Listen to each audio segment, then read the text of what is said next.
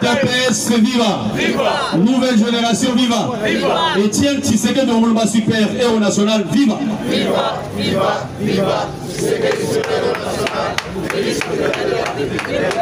UDPS, Union, UDPS, les partis du peuple, les partis de la majorité, les partis au pouvoir, les partis qui font peur.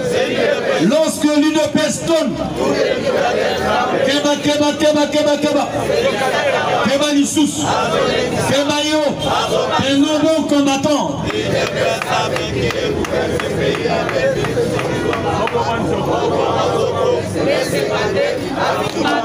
Fatime,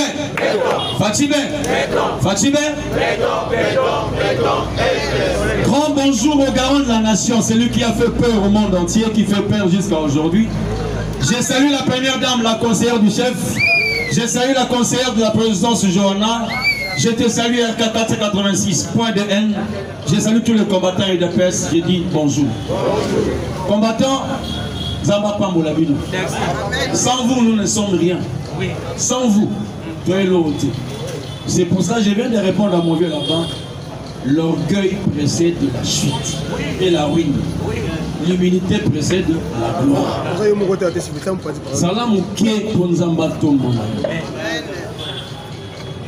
Le président Félix est venu de moindre pour être aujourd'hui ce qu'il est.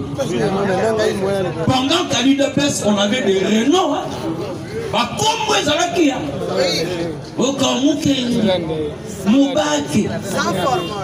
Mais il y avait un Chilombo moindre. Poste comme étant le secrétaire général à l'UDPS. Il y a même papa la bus sur la permanence. Un jour dans le bureau. Il y a un moment na linga kaeste mukanga soki muna mutanga quand il bureau n'est na boulevard avec sa biso il faut que le vieux Etienne se repose qu'il soit président honoraire. Moi-même je dois être président de l'UDPS Nathalie Nouye Tshisekedi vivant yo la président de l'UDPS yo Tshisekedi vivant na ba charisme nyos Nabi le monio se bokonzi autorité. Il avait le aura, la parole. Sur la lobby et Kokizani. Mobu tabeta muta kopanda lobani. Combattant, nazaka fier yoza combattant UDPS. Fier. Nazaka fier yoza la disciple à Tshisekedi. Oui. Boli misanga ni solo moko loba ngamo na bika ngo na kacha kwado. Lors de la mort de Conga, moi j'étais dans les SAM, les services d'action des renseignements militaires. Tant où était là, qui était la Guado, et bien, mais bon, on m'a fait. Voilà, parce qu'à l'Équateur, qui est son aramabé, qui qui s'est qu'elle a eu, qui s'est qu'elle, maintenant, on va monter à ce qui s'est qu'elle.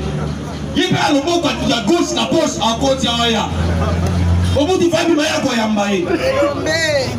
Madame le bon maman est sengoyé. Oui, à ceux qui ça c'est sec. Sans format. Si on est là, si tu dis que Kabula ça va partir à Tshisekedi. Combattant, là vous ne me reconnaissez pas. Moi je me reconnais. Parce que j'étais aussi auprès du chef. Il a transmis ce que j'ai aujourd'hui. Il y a des gens qui ont peur de moi par rapport à la parole. Yo kan ça va du kan ça non landi mayo vital caméra mais bien pour na usambu sur le plateau na usambu sur le plateau non la suite de A jusqu'à Z tu n'es pas congolais de père et de mère. Nous sommes dérangés au Congo par rapport à la demi Dakar na étranger nyos tous les demi Dakar nous dérangent. Bien parlé. Non, on pas demi d'accord sur Bimba, on compte Kabila. Non, on le met la Kabila, des millions de étrangers. Oui. Francis Kalom, on ne peut pas parler à Kabila. Oui.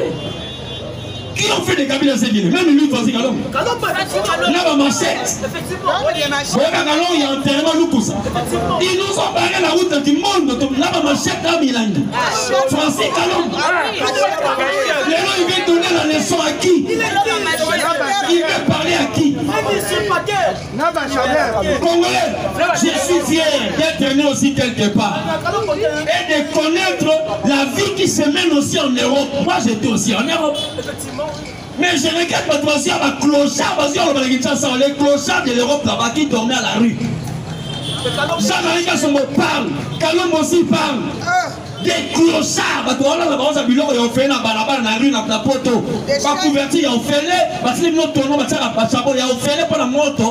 Oh patron, un gardien en Europe là-bas, gardien la porte. Le Congo est le faisant de roi. Les saisons créées par toi, on a dû sauter. Il y a un moment, je ne laisse pas le temps au racaille, il y a un imbécile, au bassin, au Congo, même au début, la fatigue, on a fatigué, au début, on a combattant, un moment, on saute à l'Ifania, toi, mais ça n'a plus de valeur par rapport à la famille. Oui,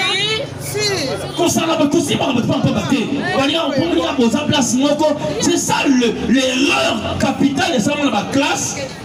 Parce que là où nous sommes réunis ensemble, que perdre même ma valeur, n'a estime, n'a respect. Humilité. Ndenge Nazalia. Na maman nanga. Oui. Maman Moutalobi Azar responsable. N'appelez pas Azar responsable. Du coup, devant vous, je suis un idiot. Je ne peux pas me comparer avec un papa qui a 6 enfants. Moi, tout va 6 à classe. Moi, j'ai un enfant dans la maternelle. Papa, le Azar responsable. Oh.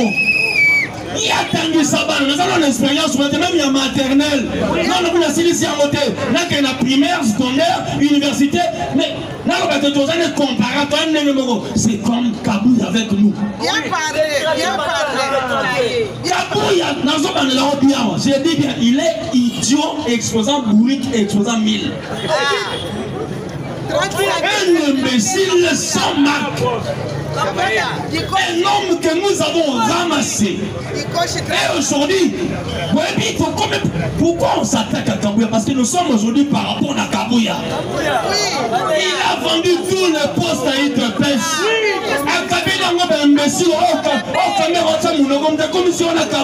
C'était notre place. La présidence et ensemble devait être à l'Hydro-Pêche. Oui, la poto. Comment il y a élection jumelée? Tout le monde terre. L'élection jumelée, élection présidentielle et législative. Vous me comprenez, non? Oui. Bon, voter un président, un député, n'est-ce pas? Oui. Si quand vous votez président hier, mais à ça, on va député devenu. Parce que d'abord que le voter, on s'appelle un député hier. Donc quand il sort, c'est député aussi. Sort. C'est ça ce qu'on appelle la tricherie au Congo. Comment va-t-il sortir avec autant de pourcentage, mais à ça, on va député? Il devait être président et avoir la majorité parlementaire. Au Parlement. C'est ça. Et Kabouya fait cela. Venez nous embrouiller au Parlement. Mais vous avez oublié, le président a aussi un pouvoir discrétionnel. Il a même le pouvoir de grâce comme Dieu. C'est constitutionnel. Quand il a 20 ans de prison, le président dit, il a 20 ans. Il a la grâce. C'est pouvoir d'enlever la sanction, le président a cette grâce. Et cette grâce, il n'a pas reçu de vous. Vous êtes des humains. Illimité. Il a reçu de celui qui est illimité et insondable. Dieu. Effectivement. Ne m'amenez pas public. J'ai vu une émission, m'a dit prophète Tshisekedi. Oui, je le suis. Parce que c'est lui que je joue le rôle aujourd'hui d'interpréter, de parler, et aussi grand prophète. Si le Congo avait un prophète, c'est moi qui parle. Le Congo a un autre prophète, c'est un grand prophète. Tout ce qu'il a dit, et son et ça s'accomplit. Il nous a dit, les jours que nous aurons le pouvoir, il n'y aura aucune balle en l'air. Pour son pouvoir en haut, aucune balle. Kabila soit vertige, la bataille au Bani. Il a connu, il fallait appeler ça pour pouvoir. On peut s'appuyer sur le pouvoir pour arracher le pouvoir. Le pouvoir, on l'arrache. On porte le pouvoir. aussi mango, et ça Sans arbre de métropole. il te pèse vivant. Abdullah Bank sera 60 feuilles. Il te pèse vivant. Cela veut dire, j'aimerais m'atteler sur le point. Oui, mais la salle de classe. Ce que je dis, on est tout par rapport à quoi? C'est un cahier d'interrogation, là on va faire interrogation. Mathématiques 0 sur 10. Français 1 sur 20. C'est 0. N'a qu'au calquer. À calquer, mais c'est une erreur. Parce que calquer veut dire remettre la chose comme telle, mais on sait qu'il y a une erreur dans le calcage. Histoire 0. Mais après, on a dit moi dans le Azamayen. Abîmer les bossons, il faut la faire un lien. C'est ça. Voilà, n'est pas toi. Un monsieur qui est venu parler du vide, il n'a rien parlé. Au contraire, il est venu encore s'engouffrer à cause de la bousine parce qu'il est tidingidi. Combattant. Kabila vient de parler, nous juger, nous, pouvoir qui se guérissent. Il n'a pas commencé par honorer même les morts. À honorer Bilete parce que c'est lui qui vous tue. Oui, pas honorer Bilete, pas de pardonner aux morts. Vraiment. Et je me rappelle pourquoi Kabila le fait, parce que Kabila l'a déjà fait. Histoire Yamakobola. Kabila avait marché sur le corps sans vie. Attends, il y a un cadavre. À 1909 mm, il avait marché sur le corps sans vie. C'est ça aussi une violation des droits humains. Parce que lorsqu'un homme meurt, lorsqu'il passe ici, tout militaire se met debout et salue le corps. Et il a passé, il va. Kabila nous dit qu'il fallait qu'on puisse avoir la bonne gouvernance. Ça aussi, j'ai dit, c'est vraiment un ignare. Mais tu es au pouvoir, tu avais la bonne gouvernance. 18 ans. Il nous parle de la gestion, il parle même de l'administration. Mais les Congo étaient une coquille vide, il n'y avait même pas l'administration. Il n'y avait rien. Kabila a laissé tous les secteurs au point zéro. Zéro ou bien, mais moins zéro. Tous les secteurs étaient vides. Il a tué, il a bombé toutes les sociétés. Silou, par terre. Air Congo, par terre. Tous les secteurs. Il a privatisé. A Kabale courant, la Sud-Afrique, Sten, la Sénégal. A bombé Congo, Nyos. A commencé à privé à Bango. Matriculation, passeport, aviation, Nyos, na Bango. Même le collier, on a besoin de Bango à Kabila. Et il vient nous dire, on n'avait pas la bonne gouvernance. Il nous parle de la sociale. Kabila, on a social les animes. Quand on parle de social, le mot social sort du mot société. La société, c'est la corporation, tous les secteurs économiques, financiers, monétaires, même éducatifs. Kabila, combien d'écoles là? Combien? Au Congo, Kabila nous a créé 3 à 6 compagnies, tu es bien ou bien? A créé, le mec qu'on a. Mais a créé qui va na Opi. Mais c'est Opi. Moi, je ne la bois pas. Pourquoi je ne peux pas la boire? Même la personne qui la vend prononce mal le mot. Il dit, oh, pas pire, mais pire. Quand la chose est pire, c'est tellement dangereux. Comment on a la maille à Opi? Parce que ils ont pire. Son nation, on a pire. On risquait d'y aller. À créer les bilans. À cela, toutes sortes de boissons. Même la boisson Victoire série, il y a Renaissance. Toutes sortes de boissons. Ça c'est seulement pour dépraver le mœurs de Congolais. C'était alors on a mutué avec Congolais.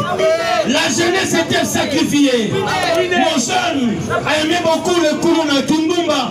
Nos jeunes filles exposaient leur corps à l'extérieur.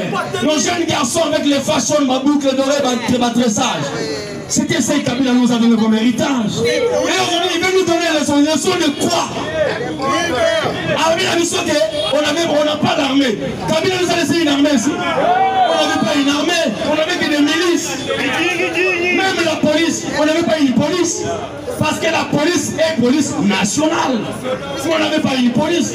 On avait des secteurs où on a dit. Donc je vous dis, merci mon frère, je vous dis, Kabila est venu encore foutre la merde. Kabila va dire aux Anagoma. Non. C'est pour cela. Moi, j'aime Félix. Ceux qui ont beau Félix, après exposer, ça. Kabila est toujours dans Goma. Parce que Kabila Tali, le prophète Étienne, nous a amené une cérémonie de pigeons. Combattant. Viwana Salaba cérémonie vivante.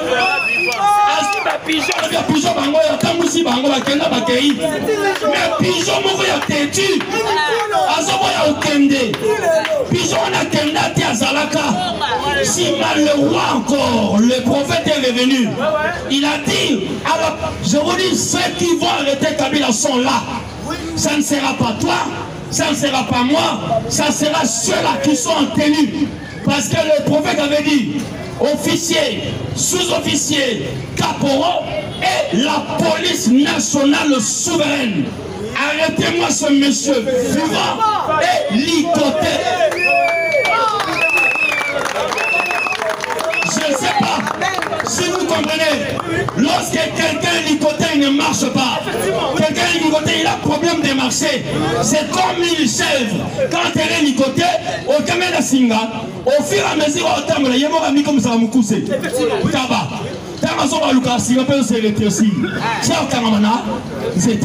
C'est comme Kabila.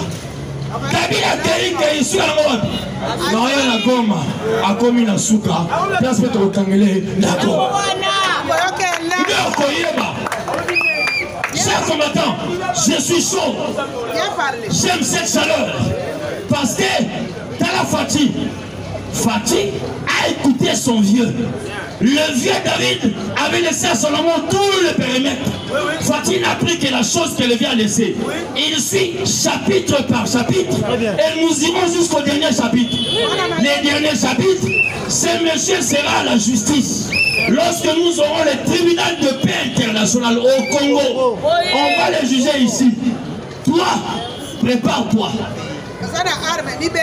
Tu sais à qui je parle? Toi. Prépare-toi. Kabassé, prépare-toi. Vital Kamere, prépare-toi. Et ton vrai nom, son nom, même son pronom a été dévié. Son prénom n'est pas Vital, son prénom c'est Victor. Victor.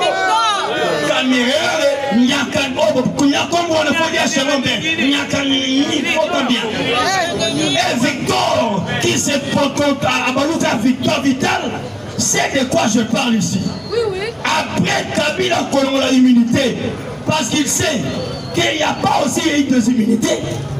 Au Congo, est-ce que Kabila pouvait avoir des immunités? Non. Il est entré au pouvoir. Coup d'État. Il a tué le président Laurent Désiré Kabila, qui était aussi un autre idiot des idiots.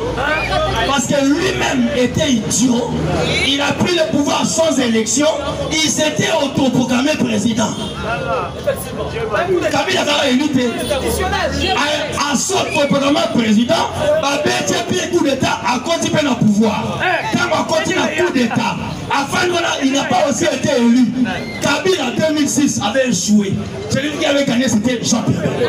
2011, on ne parlait même pas, c'était la plate couture. Via Beta et Tata. Et en 2018, on a fait la confirmation. Mais je voulais vous dire une chose.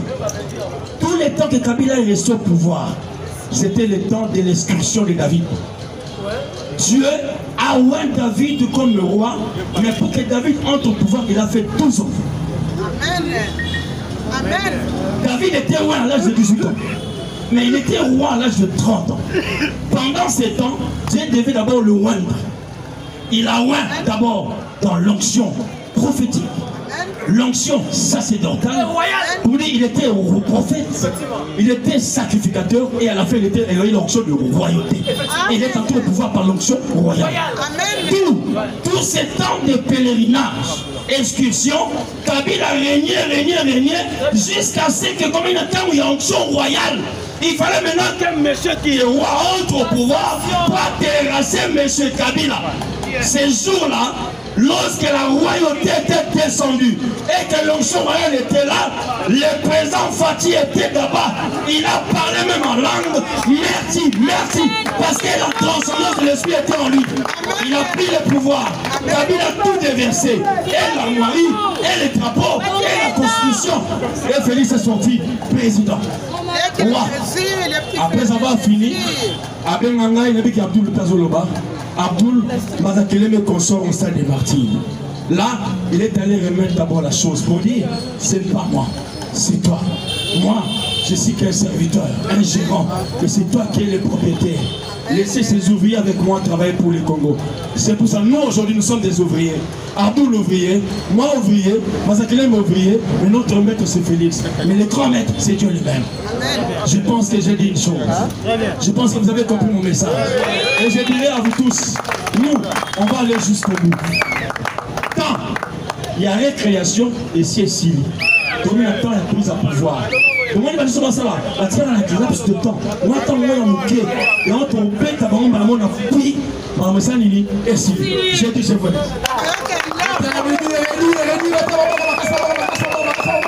Ça plus tard de penser à son compte. Moi comme la révélation son compte. On va poser plus de son compte. Comme mettez la maman, comme mettez maman comme ça donc on se prépare, donc on se prépare.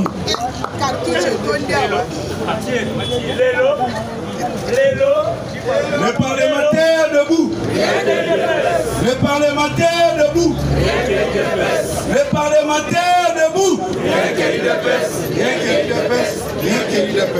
Bonjour à tous. Il viva. Fatime. Est-ce que vous allez voir? Est-ce que vous allez Congo? Vous allez ma chef de l'État, vous allez ma chef de l'État.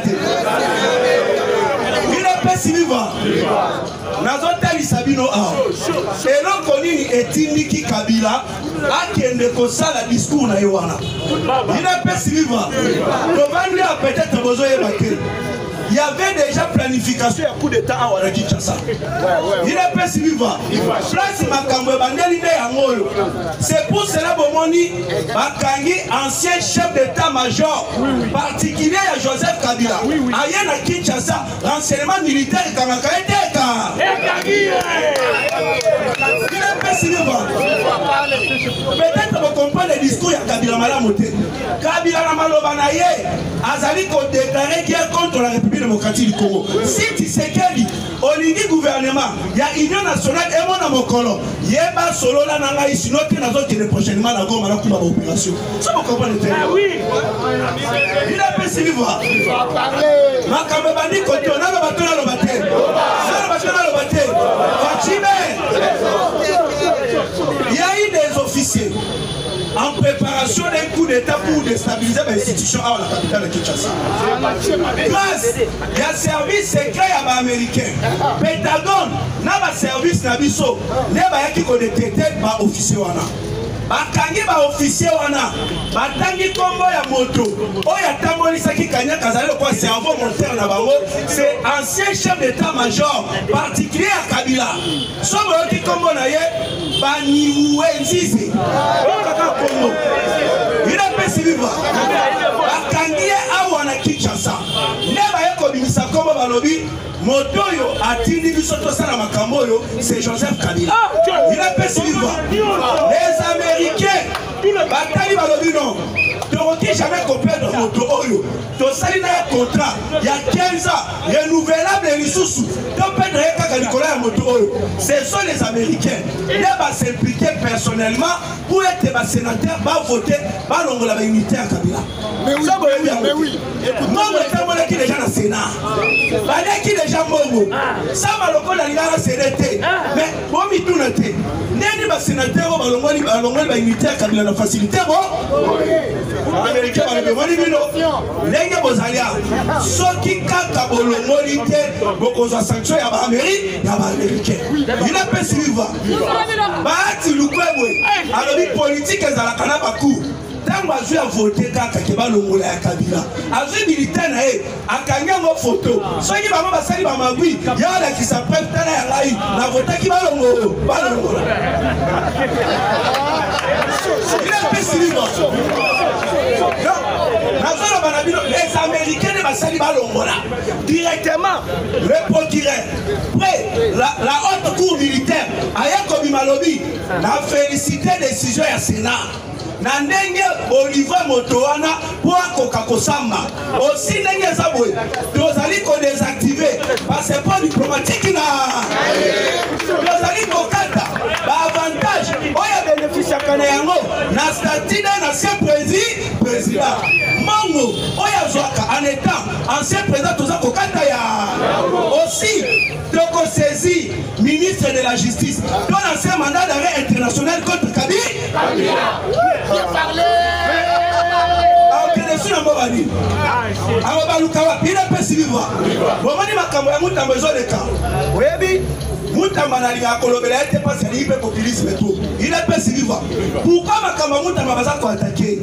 voilà la vidéo pour annoncer que nous avons saisi le Sénat, alors la militaire à Kabila, il est pessimiste.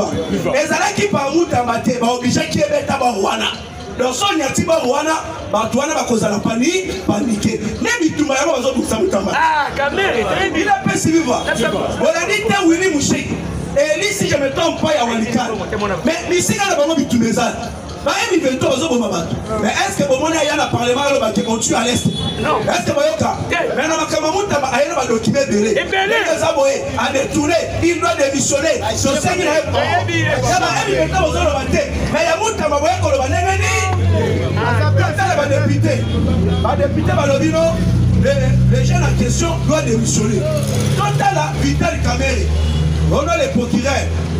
Après la cour de cassation, à saisir Bisso, pour tout le monde, à imiter à Moutamato livrer la justice. Mais pour la caca et l'onika kaya kamere, il y a ma tête pour nous au kamere le milo la likof. Mais à Moutamazo le bozo seka, il a passé vivre. Dans la manco, il y a commenté commission Moroboé et l'andela malamoko comme Moutama. Oh, dosera ma tête pour nous, il a passé vivre. Moutama et Kolobanabango. L'année Nazar Nazali ko se reprocher na elobouti. Nazali prêt, il y a codifié justice. Il est pas si vivant.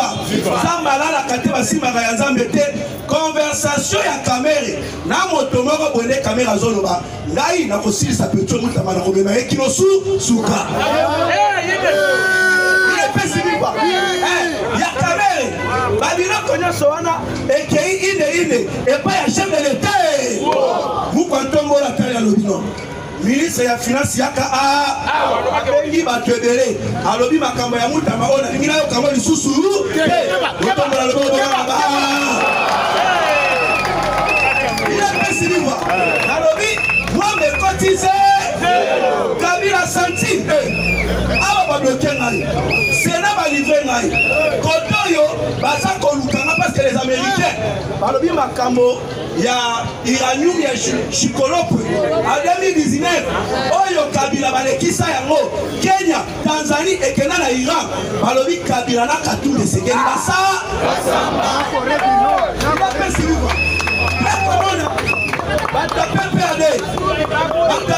balobi Kabila Koloba bino bozolo ba Kabila Koloba mais on a nini ebele kati na bino bazwi ba kibi vers frontière kotaka Somalesi bino bobi Kabila Koloba mais bozana kata kokima pona ni Kabila lobi butu ekoma kito ekoma ide tongo etana kito etani batu babimi bazonge ba activité to bazonge ba activité est-ce que changer loko mais bon dans la sikoko to balobi discours à la nation il a pensé vivant.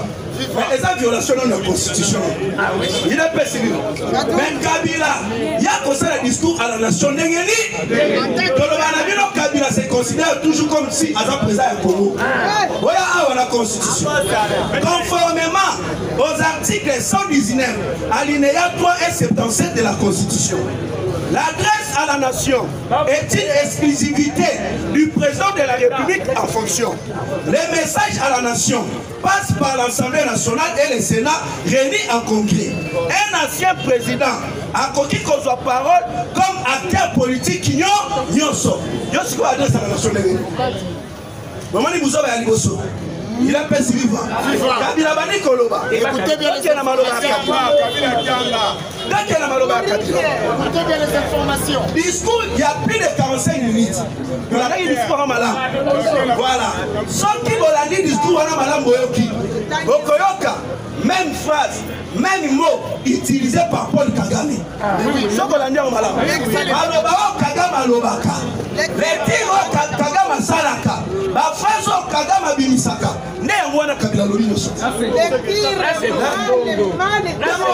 En plus, dans le discours, elle est qui en direct la chaîne Yahwa. C'est besoin de il a pas suivi. Kabila est allé plus loin. Il y a qu'on s'est moqué, n'a pas laissé un mot cannabiso. Quand on va être que commandement est faible. Avec commandement est faible. Banani va aller contre trahir mon au sein de l'armée. N'est-ce pas? L'avion il y a ce truc dans le cadre. Banani va trahir. Et elle va tirer la quantité. Tant qu'il y a Zoloba, armée la bise est faible. Nathan on est aux Alaki 36e puissance militaire en Afrique.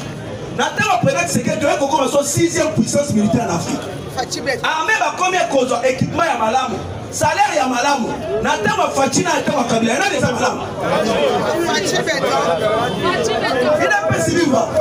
Tant on le dit que armée la biso est faible. Quand on a tombé armée ya roi. Lecture ya pambo yebi atako tanga. Obomi ya Congo otombali armée ya moka na yo wa. Twali ko continue.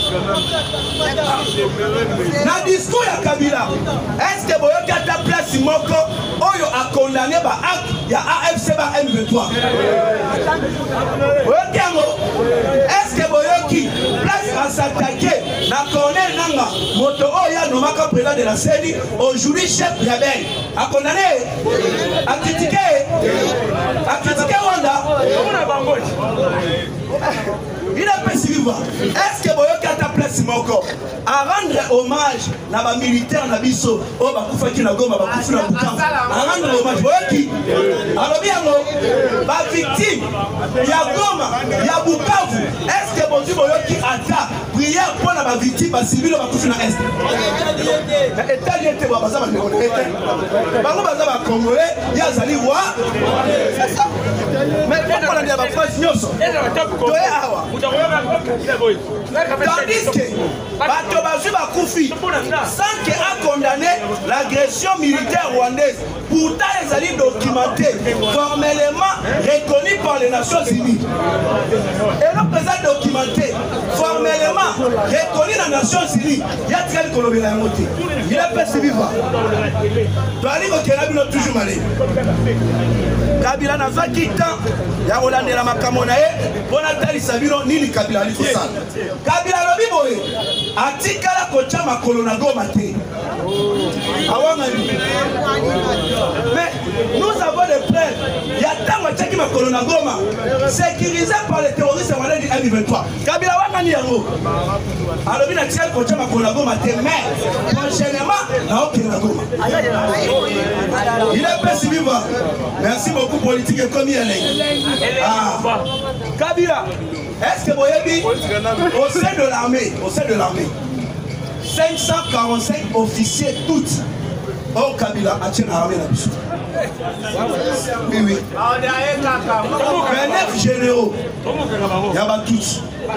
Rapport, il y a Human Watch, les droits de l'homme, il y a Américain. Atali Saka en 2016. Comment est-ce que Kabila a qui va déconner ancien M23 à côté de la police, la chikata pour réprimer les manifestants. La part où on a mis ce zali, il a fait ce qu'il va. Maintenant, on a qui est Kabila. La pouvoir à travailler dans M23, comme on va Congolais. Et après pouvoir à travailler dans les Congolais, car on peut le Congolais. Par rapport au Kabila Zone, vous avez il a passé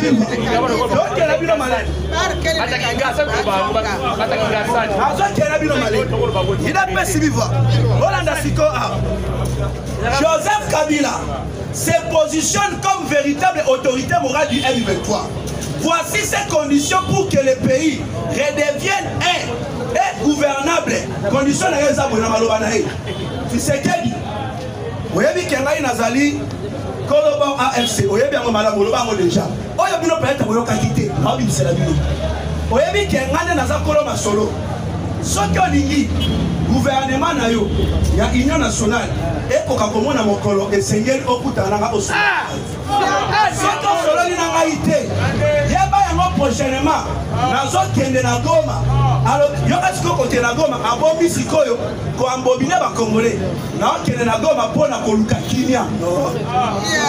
Akende na Goma boye moko abanda kolandela makambo adekare guerre contre la République démocratique du Congo.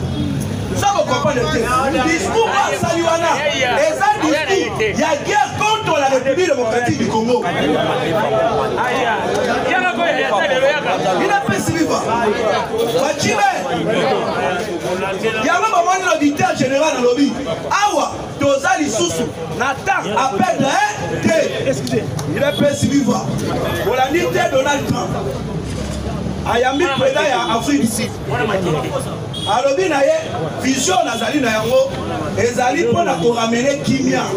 Ezali pona ko ramener développement dans les pays africains. Oui. Par rapport ba ye ko pesa maloba na Massad Bolos. OK le ko Massad Bolos alobi. Alobi boni. Makambo oyo etali Congo na Rwanda ezo progresser malamu. To découvrir déjà makambo ezalaki na kadri. Mais na mikolo ezali koya moko vivre bino moko eloko kosalema Massad Bolos. Koto accueilli kaka na Donald Trump à côté. Alobi ah. Komoni makambo oyo nanga zoloba. Oyo tozo sala awa na République démocratique du Congo et conseiller bango te bango baza ba Congolais. Mission na bango ezali te baya na Kinshasa. Ba renverser régime ya Tshisekedi. Nanga zelo ko tazolo ba makambo chef na Kabila ne mutazoti. Qui vide. Il a pas si viva. Donald Trump a dit OK ça va. Le chef na yazoti na akomona na ye na chef na ye. Lolenge loko tosala bango. Directement administration Trump. Et qui a saisi France, oui, DGC, les alliés services, beaucoup de renseignements à France, Oyo et Tchaka satellite, Bacha satellite na bango, et tali sa ma position à Wazalendo, et tali sa ma position à FARDC. Pour être à M23, à RDF, va attaquer à Wazalendo, va attaquer à FARDC. Administration est bloqué service sur la satellite à France. La minute de l'Église moyen. Ba M23 ba RDF ba ba position à faire de ces actes. Moyen ba wazalendo des actes. Raison pour laquelle wali komona ba RDF ba komi kotomber na ba miska na ba wazalendo. Bolanité chef ya renseignement du M23 basé na Bunagana yena ba militaire na ebele ba kwai na miska de ba wazalendo na route Windi Kibirisi bango nyonso bako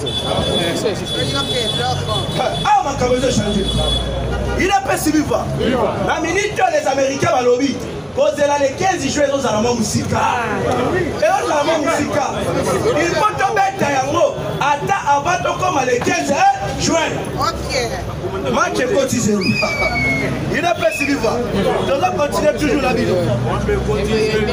Baye kokanga général Kipondo il a pas si vivant oyo kanga bakombo Kipondo ah bakangi général wana azali chargé de la logistique ya FARDC bakangi pourquoi tata wana toutes les informations de l'armée après ça il est pas si vivant quand les Rwandais du M23 bali kokota na Goma yenda zalaki chargé ya kotinda baka blende babiloko boye pona FARDC babunda akanga yango atika ba M23 bakota il est pas si vivant na minute oyo bakanga kaete baka na minute boye biso loko les salema na armée nalo batona lo bate les Américains bazu makamona maboko oyo kakoto nettoyage à sec dans les FARDC les généraux oyo bapesaka ba information na ba M23 ba RDF bakanga bango te baka il a pas si vivant les Américains bakoti ici dans makambo salema na minute oyo donc les officiers oyo bazali au sein de l'armée congolaise bapesaka bainformation na ba M23 bazwaka commandement ya Kigali na minute oyo bakangi bango te bakangi bango te Kabila l'élite l'autre c'est que nazo kanga ba généraux Katangé des officiers Katangé oui il a passé le chef de l'État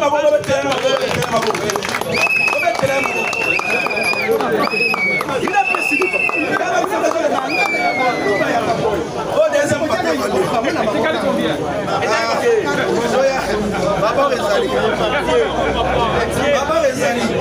a précisé dans le bateau dans le bateau la ville dossier à maman dossier à maman il a précisé alors il a dit non ndenge eza boye tokomi kokota na basiki nyonso na makambo bazosala ya kobomba biso tokomi kozwa badetail tozobimisa yango ezali na devole ya kolongola mokonzi ya mboka na bokonzi na nzela ya coup d'état mandoki ezali na vole mosusu ya koluka kohumilie chef de l'état kokota na vie privée na ye kobebisa image na ye mpona kopousse à démissionner il est perçu eloko nini ezosalema oyebi mwana mwasi oyo babengaka Denis Dishoshwa nasengi na bino bofongola matoi parce que makambo nazoloba na bino j'ai toutes les preuves ndenge nazoloba na bino il est perçu mwana mwasi oyo babengaka Denis Dishoshwa azala na ye communicatrice PPRD aza ya PPRD boyebi ye malamu eloko bakoloba eza te la bakongole tobandi na bato ya PPRD na mboka oyo aza communicatrice ya PPRD molobeli même ya Richard Muyenge il est perçu quand l'IDPS est sur le cause PPRD elingaki koinfiltre biso na secteur nyonso batinda ye ainfiltre bainformation nyonso oyo ya kozwa ya IDPS ya chef de l'État ya baproche ya chef de l'État apesaka yango wapi na colonel nanga na AFC ba M23 il est perçu raison pour laquelle mokolo ya anniversaire ya Adam Chalwe ya Denis Dishoshwa oyo alobaka ete ke aza communicatrice ya chef de l'État a souhaité joyeux anniversaire na Adam Chalwe. Adam Chalwe, membre du PPRD, actuellement il connaît un mouvement terroriste. Il est perçu vivant. Alors joyeux anniversaire collègue Nara. Collègue Nara nani na PPRD, na mouvement AFC bar M20. Il est perçu vivant. Moi sur bomoni wana. Il asala ka vidéo ya pornographie. Na France, na Belgique, ba foute la kayembomo. Donc il y a son tel ta vidéo na okoyo ka le bombo te. Bokoloba oyo vraiment kijingi. Il a perçu vivant. Et loko ya sala kayango wana. Il a perçu vivant. Bomoni tangu ba ute ko kangae. O place makambo baninde yango il a perçu vivant. Oyebi ke mbongo kabila tambolisa kimbongo wa. Ba te bozoye bate. Eza na 10 millions de dollars. O kabila apesaki ekendaki bakabola. Fayou a parti na ye Denis Sesanga a parti Senko a parti Najama Kaboul a parti c'est ba data wana basalini ba fini Jama Kaboul ok Jama Kaboul azalaki na information yango bozomona na initiative ba telemi ya koloba dialogue national Jama Kaboul azokota te po baliaki mongo bangomo il a persuivi on continuer la bino Denis Dishoshwa batina ki batu bakina kotala e batu PPRD sanga bakangaki na bolo il est perçu vivant bakomi basololi na ye bapesi ye $50,000 il est perçu vivant $50,000 bapesi ye bongo wana yango so bozola na ba vidéo na yazoloba nazalaki na boloko ata mutu moko ayaki kotala ngate aza ko se justifier $50,000 américains bapesaki na ye nde yango accueilli na poto kosalisa opération ya Ernie Biscal il est perçu vivant basinise contrat ya chaque fin du mois bakobanda kopesa ye $20,000 américains et pas ya bato PPRD mbongo wana ezali ete abanda sikoyo koloba n'importe quoi a créé makambo ya mabe contre le président de la République il est perçu vivant eza na système oyo babengaka intelligence artificielle il est perçu vivant mwana mwasi wana alobi nini on est gazaboué naza na vidéo ya Tshisekedi oyo ngai pe na ko publier yango parce que Tshisekedi pas publier ba vidéo nanga bozomona kiloki donc chef de l'état avant da publier ba photo na ba vidéo na yo ya pornographie ça est-ce que ça camarade na yo il a pas suivi quoi alobi o na ko publier ba vidéo ya Tshisekedi mais yo na bien ko publier ni les autres na ko publier yango siko ah bo ka siko pas makambo bandi na lo bato na lo bate Occasion place makambo evandi. Denis Bichochwa publié yango. Oh non, jour J-10. Jour J-12. Jour J-13. Pourquoi ça va jour J-10, jour J-12, jour J-13? Et dans le système, il y a intelligence artificielle wana. Kwa bimisa moto. Ndenge na zabu. Na bimaka ba kulone ngai vraiment bakane na zabu na ba vidéo wana. Ezwaka 15 jours. Ezwaka 15 jours. Le pas 15 jours là nous avons quitté. Parce que la carte pour travailler en haut. Dans le jour J-12, jour J-13, il n'a pas suivi. Le président de la République a la première institution du pays. Quand on a le chef de l'État, quand on a le chef de l'État, et quand on a le Congolais mobile, il n'a pas suivi.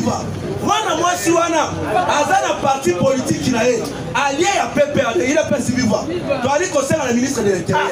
Et c'est il y a radio parti wa na tout nabilo. Ba radio parti. Il y a des lignes du chose à toi radio à monter. Ba longo la parti na toi longo la terre. Je l'ai fait suivi. Biso peuple congolais. Tu as dit qu'on tient la communauté internationale et nationale en témoin.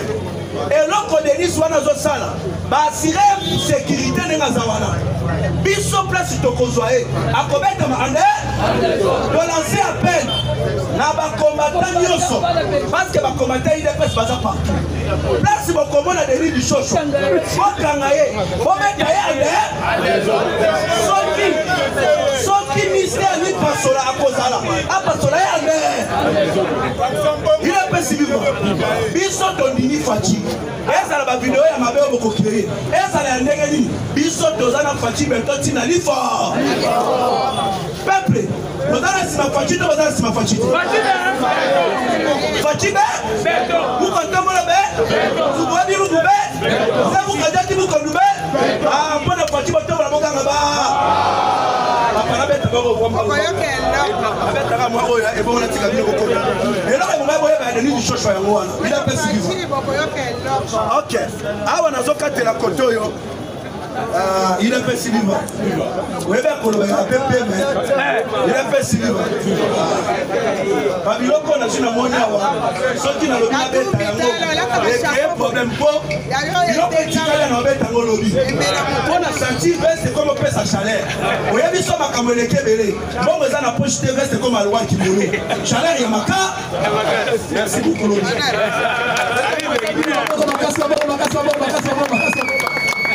Les amis, la double vérité.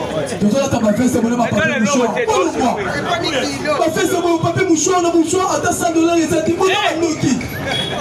Donc, pas de Noki, mon moi. Donc, à côté de la mort, on met un amitié. Mettez un autre à la mort, mettez un autre à la mort. C'est vivant. Les parlementaires de Beau. Les parlementaires de Beau. Les parlementaires debout. Allez, Fati, toi. Fati, toi. Fati, toi. Comment tu as un compte d'amour à ma bouche? Un jour, Congolais de père de mère, on a un regret à ma casse. Oui, regret dans les années. Regret dans les années, bêtise, oh, Denise a cité. Regret dans les années, Denise a lobby. Azalaki communicatrice le mieux payé la présidence. C'est ça pour les arrêter. Parce que mais pourquoi la lobby va si tu as la moussala, oh, ma fout à la pisoté. Ah! La présidence y a offert avant de la présidence Félix.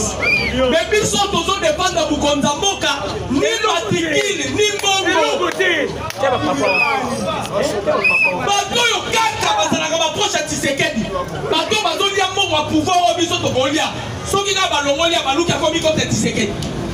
Biso lisusu hôtel bato bandi ko défendre sur konza boka parce que ça défend la biso. Moi le boss wala solo bake alie bongo à pouvoir oyo koleka batuni. Fumusul. Omene ozabo. Moi boss la lie bongo koleka na yo. Yo on est loni. Mais et ça qui sont passés. Ande retourne dans le baboy, dans le bango la regret. Président Siboyoka. C'est la rabino ba million de bon pesa biso bisala. Oui. Moi soyo Denis soyo lelo komi ko ba mabe président Félix. Mais ata moi moi ça solo bake alie mongo Tshisekedi koleka. Biso kutu neto olia bongo wana. Dumba. Ebita les deux moi c'est les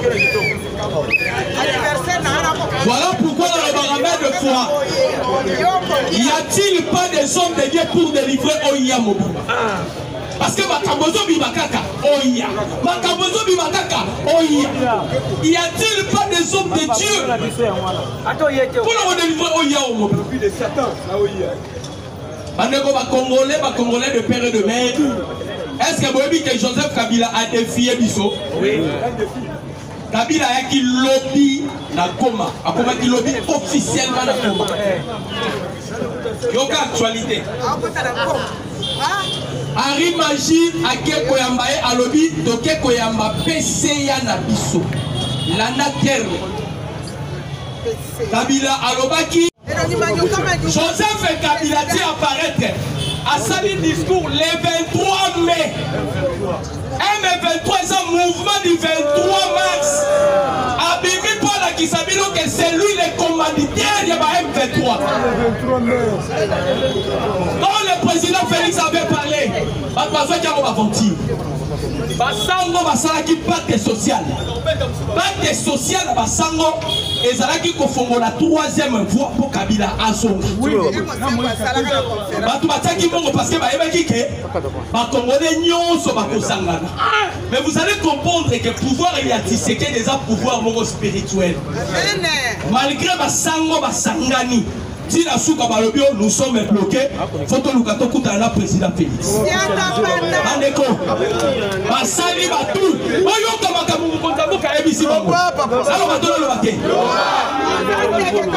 président Félix a ABC Basango.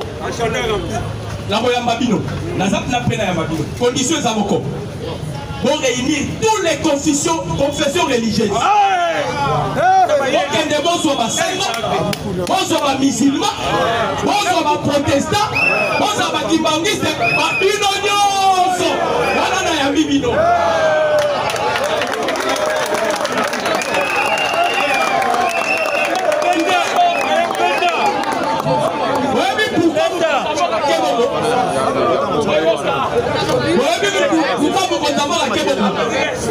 Bakakenza pe basali et donc on a bango Daniel dans le poste de Lyon. Va créer l'autre la bango pour contrer Basango. C'est-à-dire là où on a déjà le bibo réuni boya. Basango va olinga kotambola na bakakenza te. Basango va olinga kotambola ba kibanguiste te. Basango va donc il est dans la cacophonie.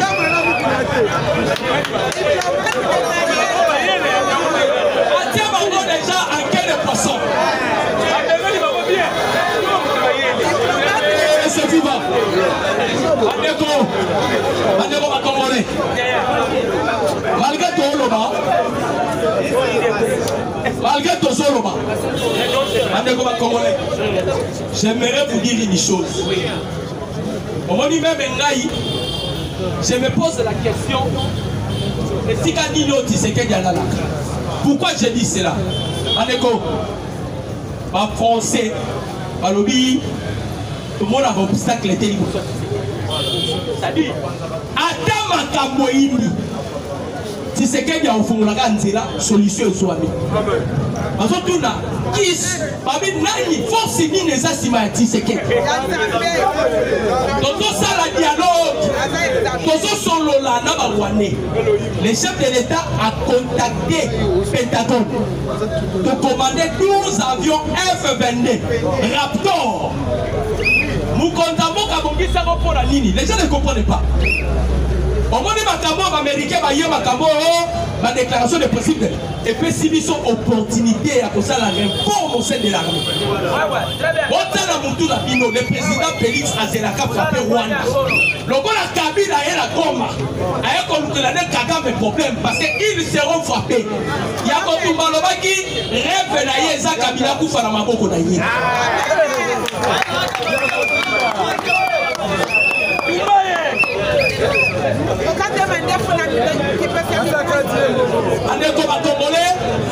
J'espère que nous allons citer à passer le